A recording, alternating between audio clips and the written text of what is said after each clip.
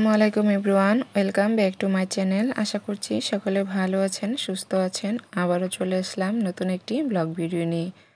তো আমি ব্লগটি এখান থেকেই শুরু করব। মুসাকে নিয়ে চলে গেছিলাম স্কুল থেকে হসপিটালে, কারণ তাকে বিড়ালে খামচে দিছে, বাসারই বিড়াল। তো ইঞ্জেকশন দিয়ে আস্তে আস্তে অনেকটা লেট হয়ে গেছে। আইসাই বাসার কাজগুলো আগে শেষ করছি, এখন আমি রান্না করতে চলে আসলাম। আর এখন আমি রান্না করব আজকে ইফতার ও সেহরির জন্য। আর যে খাবারগুলো রান্না করব এটা মুখে লেগে থাকার মতো কয়েকটা খাবার। তো আপনাদেরও ভালো লাগবে, পাশে থাকবেন, আমাকে সাপোর্ট করবেন। তো চলে আসলাম গাছ থেকে কিছু টাটকা সবজি তুলে নেওয়ার জন্য। আমার গাছে প্রচুর পরিমাণে মরিচ আসছে, আর মরিচগুলা দেখতে কেটে দূর থেকেও চিকচিক করে। আর কিছু টাটকা বেগুন তুলে নেব শুটকিটা রান্না করার জন্য। মিষ্টি লাউয়ের ডাঁটা দিয়ে শুটকি রান্না করব। এটি একটি বাঙালির প্রিয় একটি খাবার।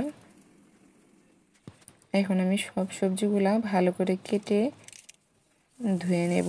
আর এদিকটায় আমি ডাঁটা সিদ্ধ দিছি। আর এখন এখানে পেঁয়াজ কাঁচামরিচ ভেজে শুটকিটা দিয়ে নেড়ে চেড়ে আর শুকনো মশলাগুলো আমি দিয়ে দিব।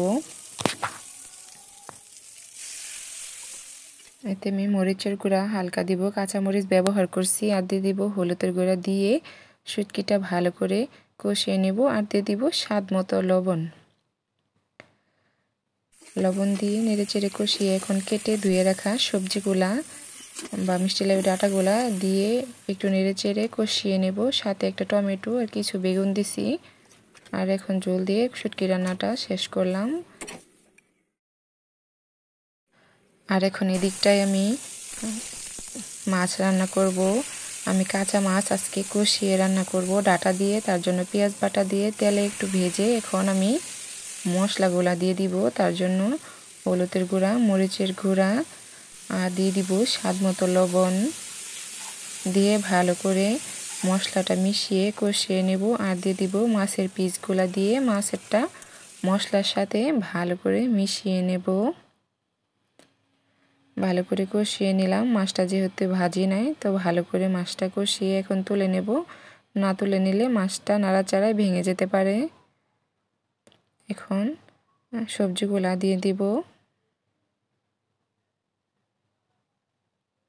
নেড়ে চেড়ে কষিয়ে এখন পরিমাণ মতো পানি দিয়ে মাছগুলা দিয়ে মাছ রান্নাটা আমি শেষ করব। মাছের ঝোল বাঙালির একটা প্রিয় খাবার। তো আমার বাসায় মাছের ঝোল খুব পছন্দ করে। আর এদিকটায় শাক রান্না করব, ভাবছিলাম কালকে রান্না করব, কিন্তু টাটকা শাক দেখে মন চাইছিল যে আজই রান্না করি। তো এদিকটায় কিছু মাছ ভেজে নেব ইফতারের জন্য। আজকে যেহেতু ইফতারের কোনো আইটেম করি নাই, তো মাছের সাথে একটু পেঁয়াজ দিয়ে নিব। পেঁয়াজ দিয়ে নিলে কিন্তু মাছ ভাজিটা খেতে ভালো লাগবে। আর এদিকটায় আমার রান্না বাড়া শেষ। আর আমাদের আরেকটা রোজাও সম্পূর্ণ হয়ে গেল। দেখতে দেখতে যেন রোজাগুলা চলে যেতেছে। তো এখন আমি আমাদের জন্য ইফতারের জন্য খাবারগুলা বেড়ে নেব, যা যা রান্না করছি। এদিকটায় আমি কিছু সালাদ কেটে নিয়েছি খাওয়ার জন্য। আজকে আমি আর আমার শাশুড়ি আম্মা দুজনেই ইফতার করব। তো এই যে আমার শাশুড়ি আমার জন্য এখন আমি খাবার বেড়ে নেব।